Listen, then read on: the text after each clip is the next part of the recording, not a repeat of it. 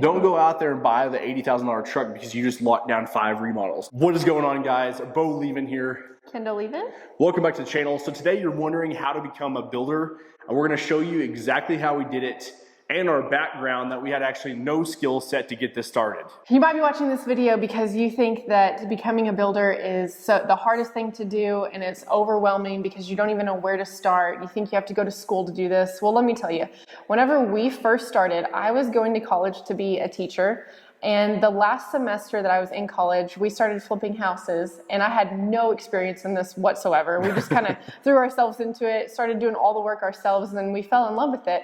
And everyone thought I was crazy. I had 1 semester left of college to finish, and I changed my degree, did not graduate with a teaching degree, but I did get my bachelor's, and I just went straight into it. And like I said, the best way to do it is to throw yourself in, even when people don't believe that it can work, because you know, that was 10 years ago when I graduated college, and everyone thought, oh, she's going to be a woman in construction. There's no way that she could do that. And there aren't a lot of women in construction, so whenever you find one, it's so inspiring to hear their story. And that's kind of the background of my story. Is I just threw myself into it. I had no idea what I was doing. Our families are very traditional too, and so they wanted us to go to be in college and do all this stuff. And to be honest with you, I hated school. She was really good at school. She was super smart. Even too, your family was like, Kendall, like, you don't even know anything about construction. Like, you're really going to go into this life and flip houses and do these things. And we jumped on board, and now, you know, fast forward to now, build multifamily developments. We have a massive project coming up. It's just so much growth that can happen, and so much potential and vision out there with this business. Yeah, there really is. And when people say that you need to go to school to do this business, that you have to pass so many tests, you need all these licenses, just like any other profession that you want to go into or any other job, you just go through the steps. And the best way to do it is just write down your goals of what you want out of that business, and then just take it step by step. So really my background was I actually had no experience. I was not good with my hands at all at building anything, had any skill set that way at all. But we always knew, you know, watching HGTV one night, we were sitting in our living room, and we've been talking about this for a year. We just said, hey, we got to do a flip. That's where we're going to get rich. That's where we're going to make it. And we didn't know we were going to be a builder at the time. We thought we were just going to flip houses and then hire a builder or a contractor.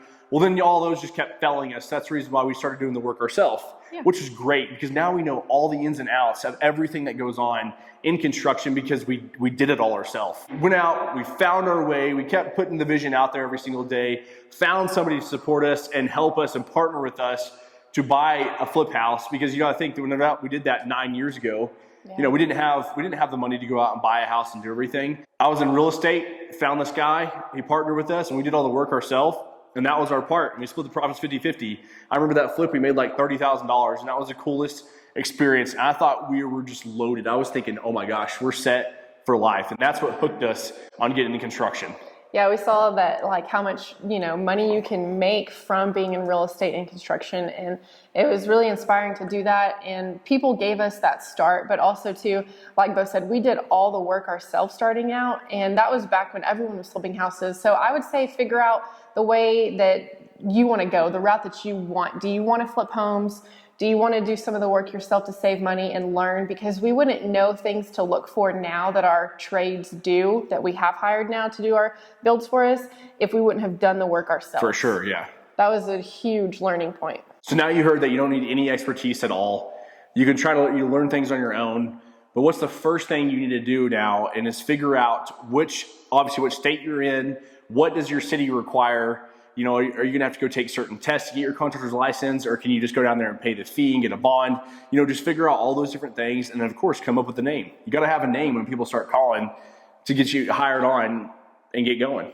So you have your name, you have everything that you need for your contractor's license. And if we were completely starting over from scratch, exactly what we did was we just started small with some remodels. So get your business name out there, go do some patchwork, do some paint jobs, some flooring jobs.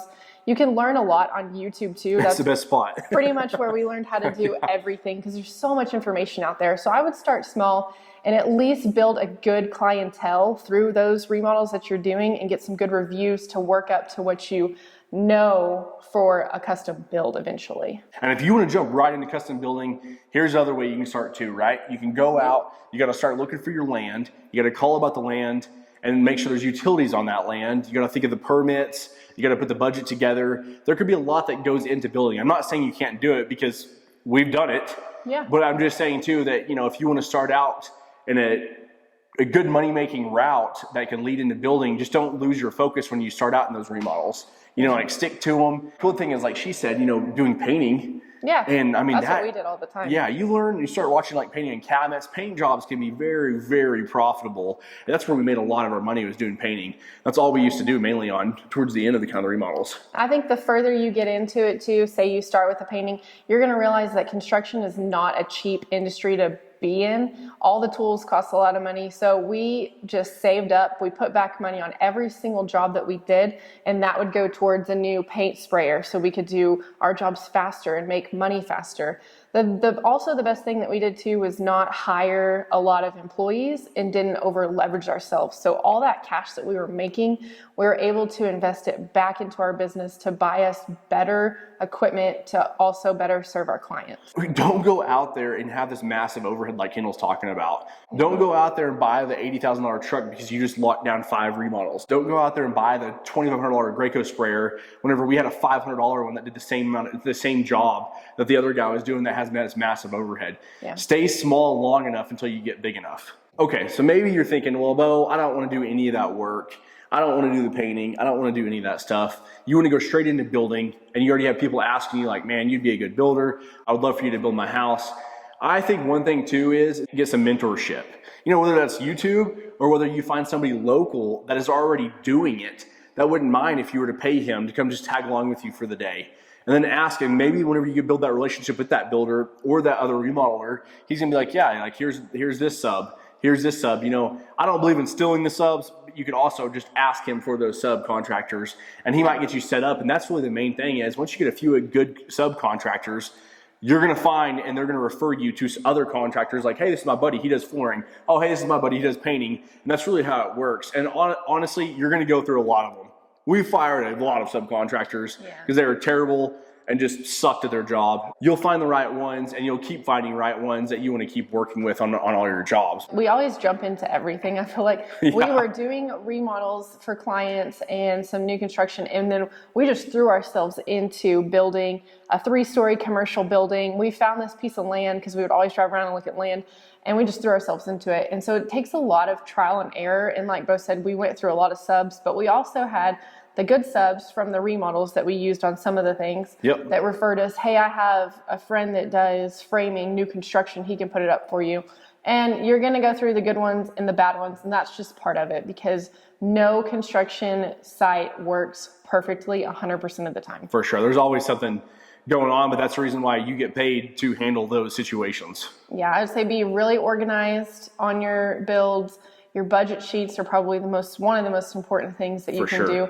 And don't over leverage yourself as far as, well, this guy's $1,000 over, so I can work somebody else. If you do that on every single sub throughout your new build or your remodel, you're gonna get to the end and be $30,000 over, and then you make yourself in a huge bind. Yeah, and look at it this way too, not to be a shark, but it's business. So if we have a set number in place of what we're gonna charge for a build, that build's gonna stay at that number. And I'm not going to be, just because this guy over here didn't bid his job right and saying, well, I'm going to need an extra $5,000. That's not my problem. I have him in a contract. He needs to fulfill that obligation. And that's why a lot of our contracts too, you don't get paid till the end. So you just want to make sure you have a lot of these little details in place before something does happen where you're not getting to the end of this, like Kendall was saying, and getting hit with $50,000 extra on a project or $100,000. Now, listen, some projects can go over because with COVID happening and all that things, we couldn't control it. Other things that it's just carelessness or mistakes, I know you can only do so much. In your budget sheets, you can allow like a 10% overage or certain things at the end.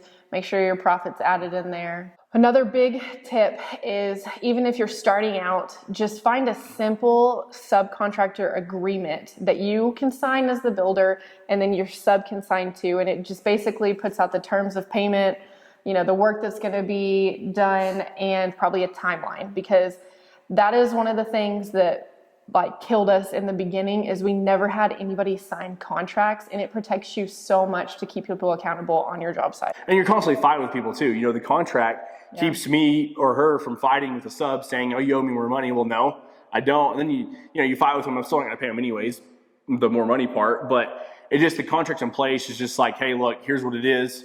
I'm not even going to argue with you. You already agreed to sign that. And so doing things like that too is going to protect you for sure in the long run, and save your sanity too, because you're not have these babies crying to you all the time because they can't do their job right. Yeah, well, everybody needs to be held accountable, and you have a timeline, and you have money that you're paying out, and so they need to be held accountable, and so do you on all of your sites. So now, if we've missed anything at all, there's a lot that goes into this. We'd be happy to help you. Make sure to like, subscribe to our channel, and then comment down in the comment section of like, what's another thing you'd want to learn? Like, well, Bo, you didn't go over this part. Well, that could be another video that we'll be happy to add on. So guys, thanks for making it this far in the video. We hope this helps, and this should at least get you kicked off on starting your new business or how to become a builder. Thanks for watching.